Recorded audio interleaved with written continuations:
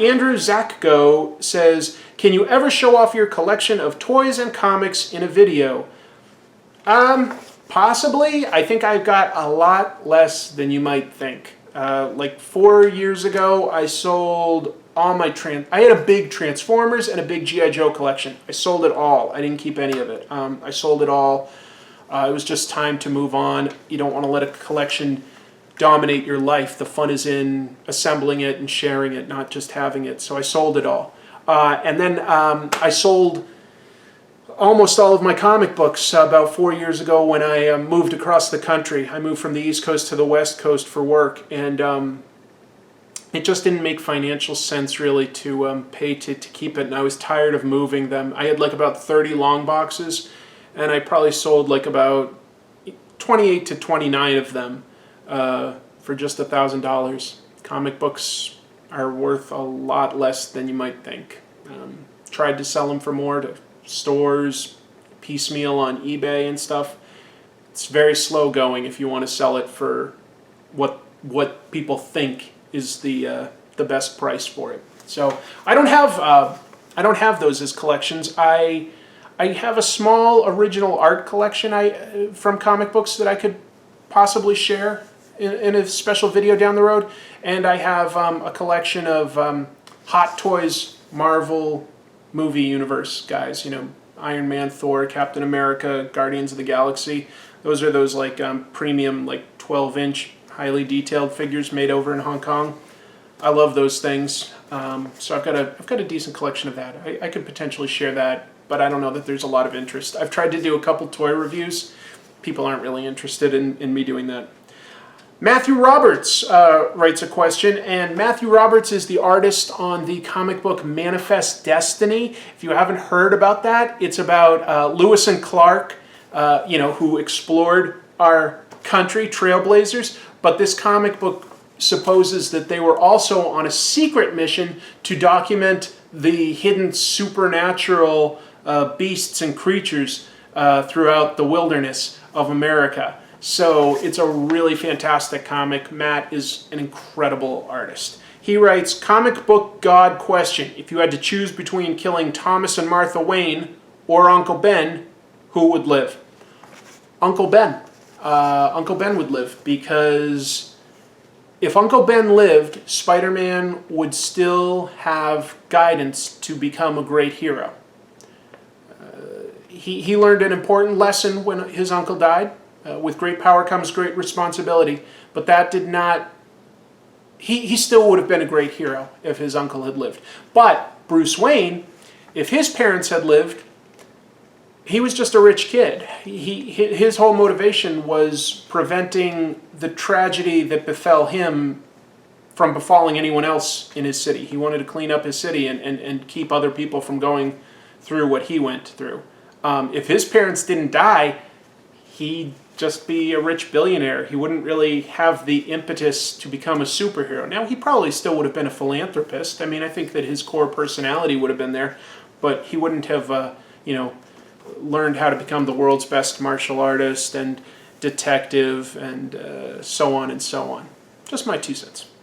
Matty Field writes, what single modern trade paperback would you go back in time and give your 13-year-old self to get you into comic books? Who is the best do-it-all creator in comics? Writes and illustrates their own stories. Extra points for also coloring. Okay, 2 questions there. What would I give to my 13-year-old self? Probably an X-Men comic, like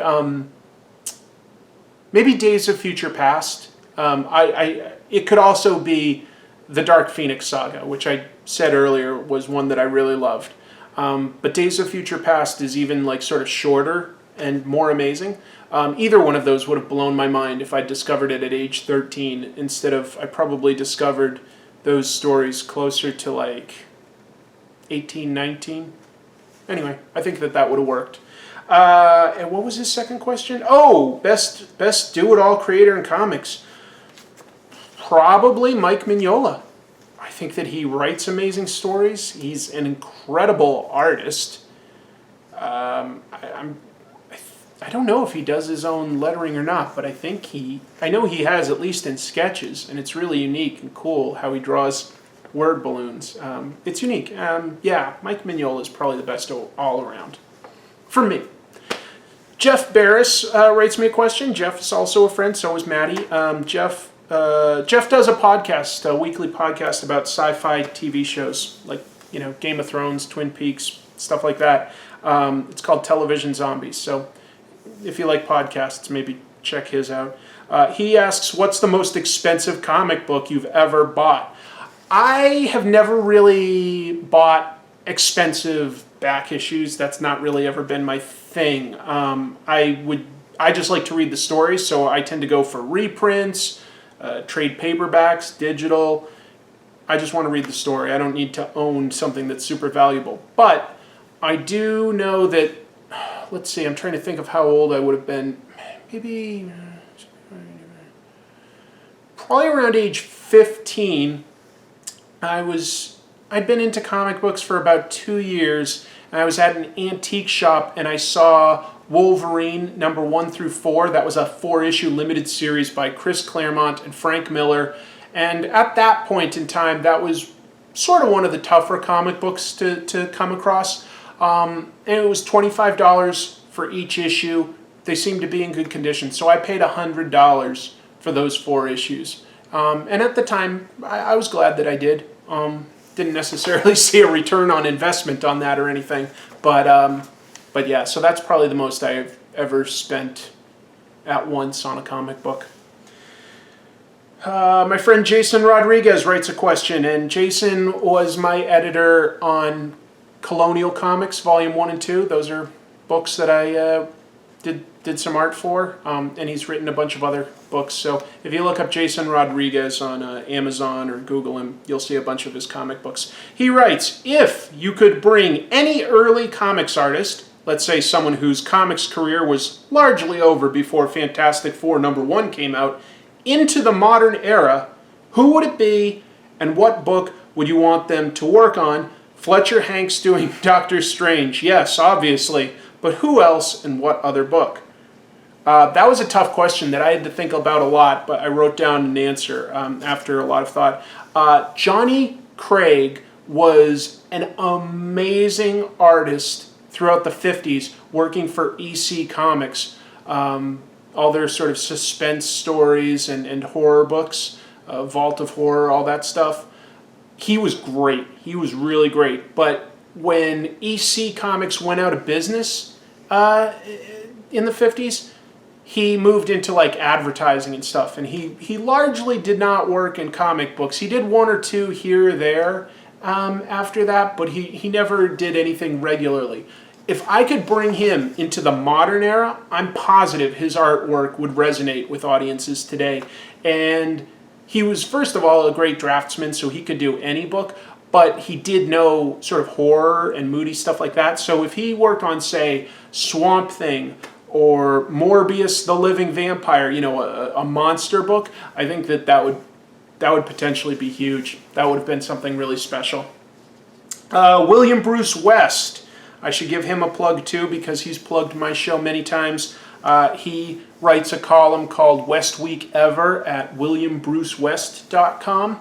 It's all sorts of stuff like just general nerd interest stuff and pop culture stuff. He's an interesting writer and reviewer. Definitely recommend his site. He simply asks, what is my favorite depiction of Batman? I would say overall, probably the Denny O'Neil and Neil Adams run throughout the 70s. I think that was a really interesting Batman that emphasized him being a detective. It brought him pretty down to earth. He wasn't superhuman. He was still very recognizable and human, and maybe even more flawed than he was before or since. He was more relatable, I think, even though he was wealthy. I think that's probably my favorite, but Year One by Frank Miller and David Mazzucchelli is also pretty fantastic. And I grew up with Jim Aparo as the Batman artist, so stuff like Death in the Family was among the first Batman comic books that I was reading, and I really like that too. B-Tone asks, why did you start a YouTube show? I mean, there's a simple answer to it, but I'll try to keep this brief because it goes. It's a hard one to approach. Depression. I was trying to combat my depression. I had been laid off from a job, wasn't expecting it. They did some downsizing and I got laid off. I was very depressed. I knew it might be a little while until I got my next job, and I wanted to keep busy doing something that I liked. Talking about comics fit the bill, so that's why I started doing this show. I hope you guys can't tell that I was dealing with some really serious depression when I started out. I tried not to let on. Just being honest right now. You don't need to worry about me now. I'm working. I've got a great life with my family and my fiance and my pets. So I'm doing fine. But I took steps to kill myself twice in the past year because things got really bad. But I don't want to go into it too much more than that. Don't worry, I'm doing well now. So, but that's why I started this show, is I was trying to combat depression. And honestly, it's helped a lot, especially because it seems to be resonating with a lot of viewers, and that means a lot to me. Hope that wasn't too serious. Tom Tyler writes, what was the most fun episode you've done in the last year? Which one was the toughest? Most fun was, anytime I get to collaborate, first of all, it's fun. So like my Ninja Turtles one, or my Saved by the Bell one, things like that where I've collaborated a little bit with a friend, very fun.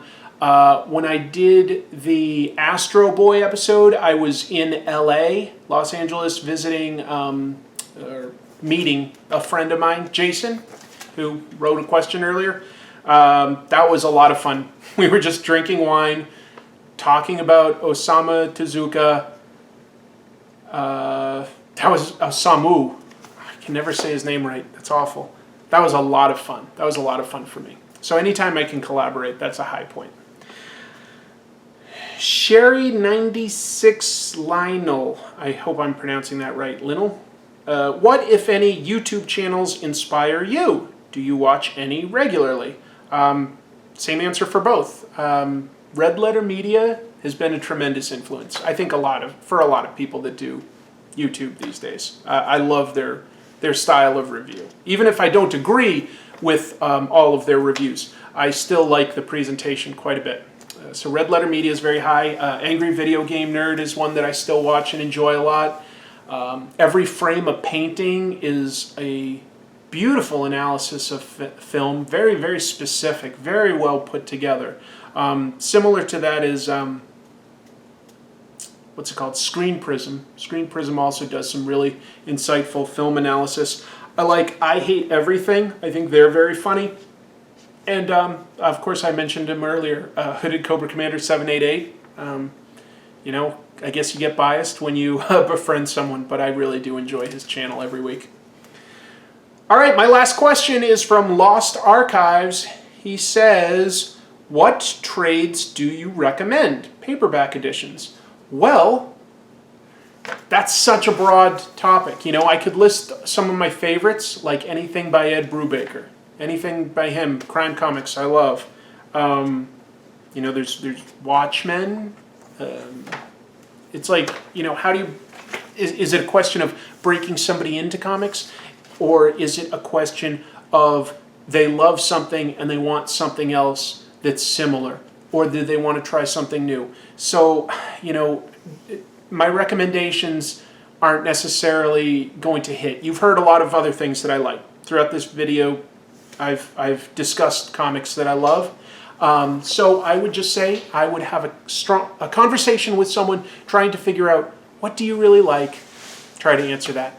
All right, I hope that this has been helpful to getting to know me a little bit. It's been a blast for me. Thank you so much, everybody, for your support over the last year. And until next year, keep reading comics.